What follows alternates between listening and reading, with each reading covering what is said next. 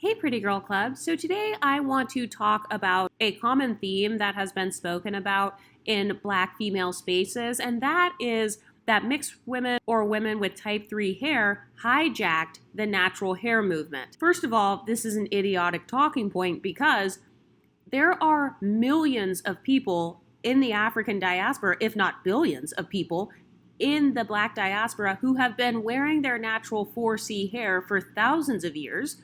But if you want to keep it centered around African Americans, there have been plenty of movements in the past, such as the Black Panther movement, where women were wearing their natural 4C hair. So how is it that this movement can be hijacked by women with type 3 hair if Black women themselves with the 4C hair are literally the ones who have started off wearing their natural hair for thousands of years and doing rituals with their hair or using their hair as like their own cultural representation? They have traditions with their hair. A lot of the trends that we see in the hair growth oils and stuff like the shebe powder or like the oils that are infused with shebe, a lot of those things actually come from Africa. Like a lot of those ingredients come from different countries where they have lots of African people with 4C hair. So with that being said, how is it possible that some random girls on YouTube who happen to get rich and famous, that they suddenly hijack the entire natural hair movement? So do you see what I mean about how whenever people put your phenotype on a pedestal or they put you on a pedestal,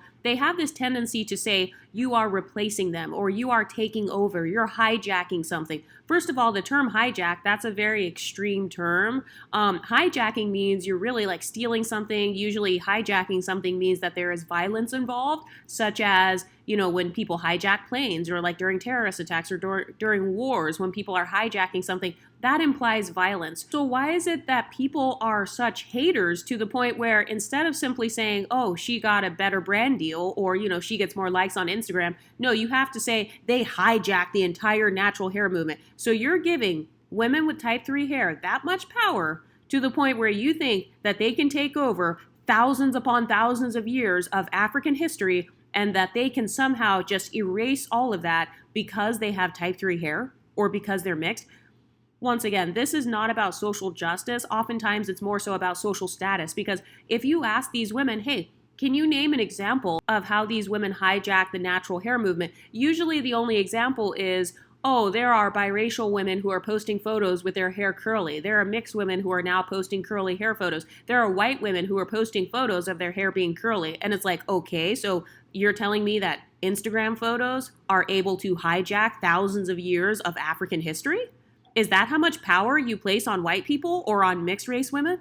You place so much power on them to the point where all they have to do is take a photo and get 1,000 likes, and those 1,000 likes are able to hijack and overshadow and overtake all of the 4C hair that has ever existed throughout time. Another thing that I've noticed about the Black community is a lot of times they like to call themselves the blueprint. So part of being a blueprint is, if you actually look at the definition of the word blueprint, I can pull it up on the screen. A blueprint just means that something that acts as a plan, a model, or a template. They also use blueprints like for buildings and stuff, so it's just a design plan. It's just a model. It's a template. So when you are a template, what that means is you're the one who just comes up with the idea.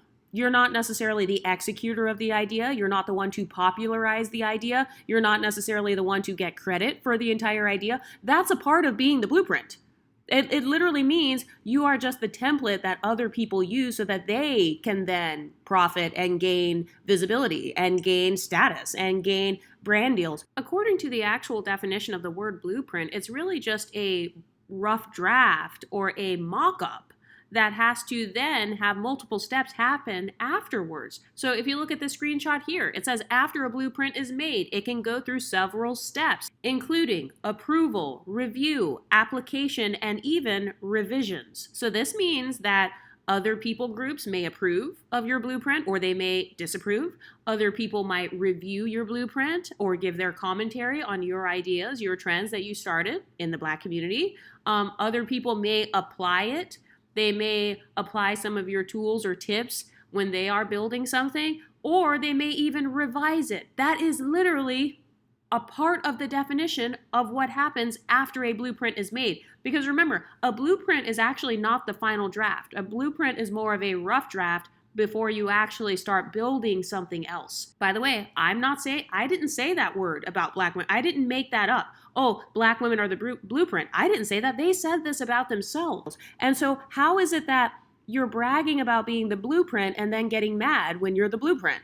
So, I mean, the fact that there are thousands of years worth of history where African women with 4C hair have been, doing all these different hairstyles like threading or Senegalese twists, hence the name Senegalese twist. That would be like if I said light-skinned women took over the Senegalese twist. And it's like, well, no, the actual Senegalese women are the template. They're the blueprint, meaning they came up with the idea, and all of these other groups of women popularized it. And maybe they got credit for it, or maybe they won awards for it. Because even if you look at architecture, like let's use that blueprint analogy again.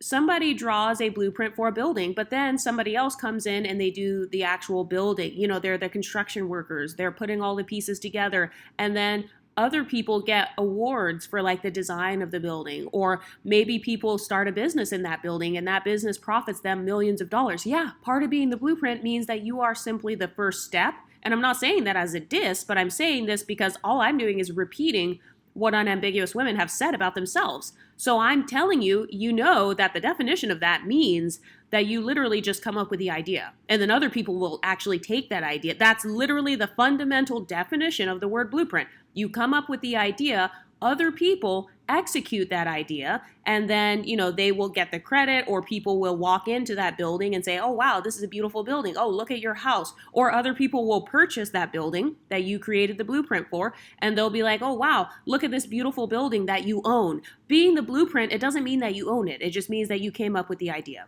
It doesn't mean that you're able to police who can participate in that or who can't. It simply means that the idea originated with you. That would be like if the person who created electricity got mad because they're saying, oh, everybody else, they all hijacked electricity. Everybody's using electricity now. And if it weren't for me, you wouldn't have any electricity. And it's like, yeah, but so what? We're still going to use electricity. So what I'm starting to realize is that a lot of women who view themselves as being at the bottom, they do not understand even simple concepts such as capitalism, or simple concepts such as marketing, or like when you come up with an idea, like if you don't copyright it or something, then it's technically just, like I said, it's just a blueprint. Somebody else is going to take those ideas that originated in Senegal, so like the Senegalese twist, and yeah, they're going to post pictures of themselves on Instagram, and they're going to look cute, and they're going to get praise for it. People who draw the blueprint, they don't get the praise. The people who are just the blueprinters, let's be honest here, they do not get the praise. And another thing about blueprints, according to the actual definition, is that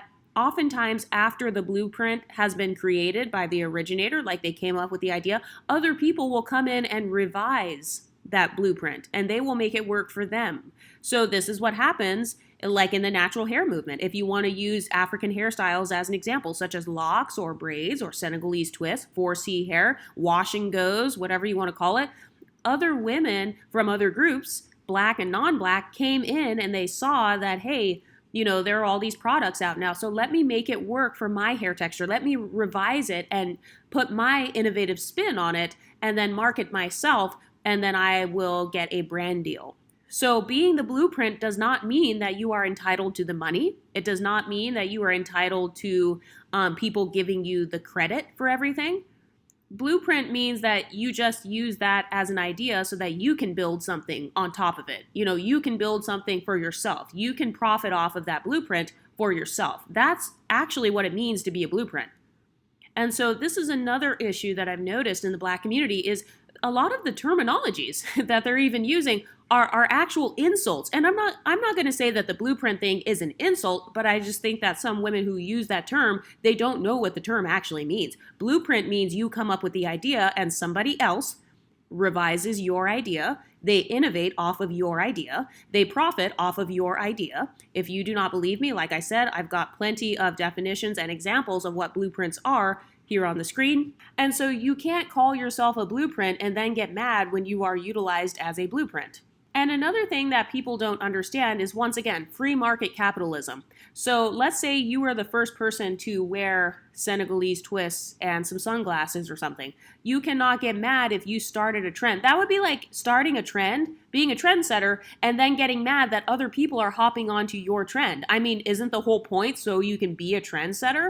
And this is exactly what I'm talking about. It reminds me of that talking point where a lot of black women were commenting on Tyla's photo shoot, and they were like, this is colorist. She's making these guys props. And it's like, well, if you're a model, you are a prop. You are the prop for the makeup. You are the prop for the outfit. You know, when you're walking down a runway, you are like a mannequin. A mannequin is a prop. It is a prop, and then the outfits and the accessories, that is what you are modeling, hence the terminology, modeling. So once again, words have meaning. So I'm starting to believe that a lot of people that make these huge arguments are actually not very educated and not good at actually looking up the definitions of words. Because if you are a model or an actress or a singer, you will be fetishized. The definition of the word fetishize is to have an excessive and irrational commitment to or obsession with something, to make something the object of a sexual fetish. So if you are an actress, a singer, a model, a dancer, a sex worker, you are going to be fetishized. So on the one hand, we've got women saying we don't want to be fetishized. Okay, so then that means you should not be in the modeling industry. You should not be in music videos then. You should not. So it's like, on one hand, you don't want to be fetishized, but then you get mad when you're not being fetishized. Or you get mad when you are pictured in a modeling photo and then you're saying, oh, you're being used as props. Well, then don't be a model, because models are the prop. They're the prop for the designer. They are like a living mannequin for the designer. And also, back to the hijacking of the natural hair movement, a lot of the examples that women give of this supposed hijacking is simply that mixed race women are following the movement, white women are following the movement, and they're participating in it. So it's like, if you want to be a trendsetter and then you don't want anyone to participate in your trend that you are the blueprint for, then that means you don't want to be a trendsetter. So then just stay in the background. Just continue to remain invisible then, because a part of visibility is there are going to be people who follow you. You know, they follow your hairstyles. A lot of us deal with that here, where people copy our hairstyles, or they copy our nail polishes, they copy our makeup, they copy our YouTube channels, they copy whatever they want to copy. And first of all, if you do not copyright something, then you cannot legally argue and say, well, that's my thing. I started the natural hair movement. No, in free market capitalism, you cannot stop other people from using your ideas and then popularizing them. And so once again, I think that what a lot of these women mean when they say that type 3 women hijacked it, what they really mean is they got perceived as pretty and I didn't. They got more likes and followers on social media and I didn't. They got brand deals and they got to be in commercials and I didn't. They got more social status and I didn't. So once again, stop using the incorrect wording. You're saying, oh, it was hijacked. The whole natural hair movement was hijacked. No, you should have pointed fingers and named names and said, hey, so-and-so YouTuber, she made $1 million off of her type 3 hair, whereas I only made $5,000. That would have been a better argument. But since we're talking about YouTubers, because that's what I really think this is about, I really think this whole thing is about when the YouTube girls were very popping, and I mean, I think they are still like popular today. Let's talk about who I believe the most popular natural hair YouTuber is. In my opinion, it's Natural86 or Natural85. The woman who, she married an Indian man and now she has an exotical daughter, and her daughter is very pretty. But she is an unambiguous mono dark-skinned black woman with 4C hair, or at least that's what she says on her videos, that she has like type 4 hair. And I consider her to actually be the most successful of the entire YouTube natural hair movement, because just the other day I was asking my friend, like, hey, what hair oils do you use? What hair care do you use? And she uses melanin hair care. So how is it that other people have completely hijacked it, meaning they've taken over, when the most successful person, in my opinion, from YouTube is a woman who is unambiguous with type 4 hair? So once again, this is proof that this whole colorism, texturism, featureism argument, oftentimes it is not actual colorism, texturism, or featureism. More times than not, it's about women getting mad that they don't have as much social status, or maybe they don't have as many followers or as many brand deals as another influencer. And also, if women are that concerned with who's following who on YouTube, well, you don't have to click on the videos of women who do not reflect your phenotype. You don't have to click on videos of white women or, biracial women if their phenotype is totally different than yours. You don't have to watch their videos. But I feel like a lot of people in the Black community will secretly hate watch, or they will secretly watch you because they actually admire you, and in some cases maybe even wish they could look like you or something like that, or maybe they have like some sort of hair texture envy, or they're just curious. They're simply curious of what it's like to be a girl with type 3 hair, because in their minds they feel like type 3 hair is very beautiful, which I don't have a problem with. And so they will watch those people's channels, kind of like what's happening to my channel. I mean, I've got lots of hate watchers on this channel, but I welcome the hate watchers because they're actually helping my channel to grow. They're helping me to gain more popularity on YouTube, because your channel goes up in the algorithm the more watch time you get.